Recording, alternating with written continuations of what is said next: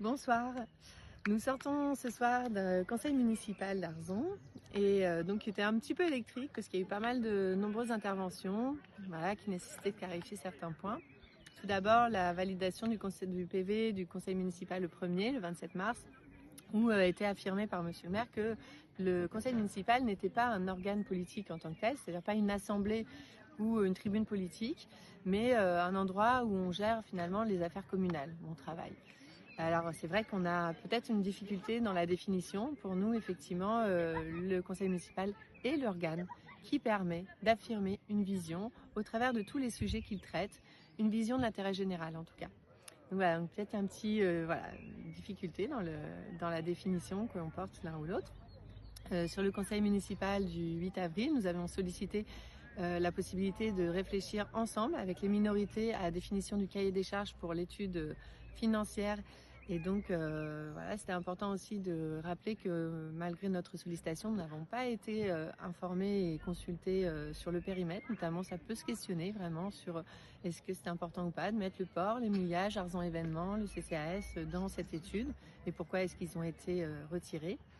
Donc voilà, donc on a réaffirmé ce souhait de ne pas arriver sur les faits accomplis finalement. Et puis bien sûr, on était d'accord sur le prestataire, mais par contre sur la méthode, ça nécessiterait un peu plus de concertation.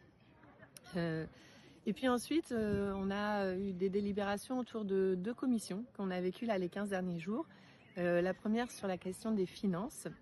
Donc là, on en a déjà un petit peu parlé sur le fait d'avoir été mis devant le fait accompli, mais aussi voilà, un besoin finalement de ne pas attendre 3 mois pour avoir peut-être une première vision de ce que le directeur général des services a réalisé autour du budget.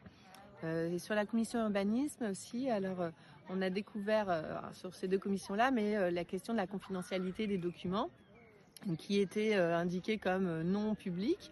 Et puis finalement, oui, ils sont publics, ils sont réellement publics, en tout cas c'est ce qu'on a défendu. À partir du moment où la délibération est faite, ils deviennent publics et tout citoyen peut demander les éléments qui ont permis de prendre cette décision. Donc ça, c'est important de vous le faire connaître et que vous avez un droit de regard sur l'ensemble de ces documents-là. Et les élus également. Sur la partie urbanisme, c'est vrai qu'on a été, enfin moi en tout cas, j'ai été assez interloquée à la suite de cette commission urbanisme, puisque du coup on a un PLU, mais on a un besoin en fait finalement de se mettre d'accord sur un sorte de consensus dans lequel on pourrait savoir quelle est la vision que porte la majorité actuelle et comment on peut réussir ensemble à construire, on va dire, cette politique autour de l'aménagement du territoire. Et certaines décisions qui ont été prises qui, pour moi en tout cas, étaient très importantes à, à révéler, et donc on pourra en parler au prochain conseil municipal, sur notamment une autorisation d'extension d'une maison sur un tumulus, sans avoir même pris connaissance du rapport de la DRAC, qui est l'organisme chargé des fouilles archéologiques.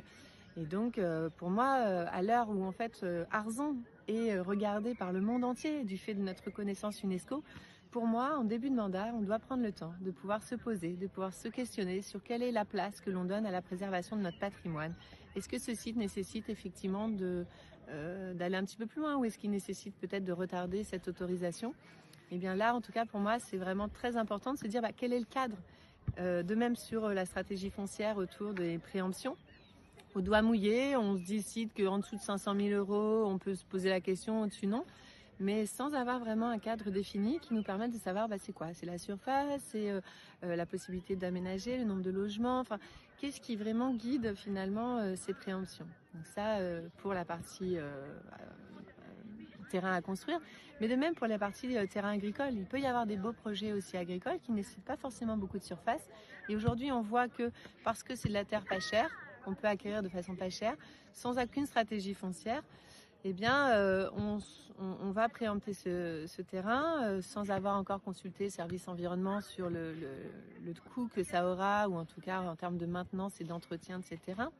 Donc voilà, donc tout ça pour nous, ça nous questionne beaucoup sur comment on se met d'accord sur le cadre pour qu'ensuite on puisse se faire confiance, on puisse construire cette relation. Donc voilà, donc évidemment ça peut avoir un un aspect peut-être de polémique quand on pose toutes ces questions, etc. Mais c'est vraiment pas le souhait. Le souhait, c'est vraiment que nous, on comprenne c'est quoi la vision aujourd'hui de la majorité actuelle. Et si on n'est pas d'accord, au moins on saura en fait de quoi on parle et puis on affirmera qu'on n'est pas OK. Et là, en fait, en naviguant dans ce flou-là, pour moi, c'est très difficile sur le plan budgétaire ou urbanisme de savoir prendre des décisions. En complément sur la question du vote pour les nouveaux administrateurs issus de la société civile et donc des associations de l'établissement Arzon Événements qui gère toute la programmation culturelle de la ville, nous avons été assez surpris en tout cas de voir que c'était une association sportive qui avait pris finalement la place d'autres associations. Alors pourquoi le sport normalement le sport il est géré au niveau d'une délégation communale. Et donc pour nous, c'est très étonnant de voir que finalement, il y a eu des associations qui se sont proposées, et notamment une association de jeunes qui propose de l'événementiel culturel, musical, avec la jeunesse arzonaise, qui finalement a été même complètement éliminée des votes et du coup n'a pas pu se présenter au niveau du conseil d'administration. Et la réponse était également assez surprenante, puisque on a compris que finalement les jeunes ils pouvaient apporter leur vivacité, leur jeunesse finalement au sein des associations, mais que c'était pas forcément leur place au niveau du conseil d'administration d'Arzon Événements. Donc ça pour nous c'est vraiment quelque chose qui est important de révéler et j'espère que nous ferons toute la place aux jeunes aussi dans les instances de la ville et les instances communales. Donc on vous remercie beaucoup de nous avoir écoutés et puis à bientôt pour la prochaine capsule.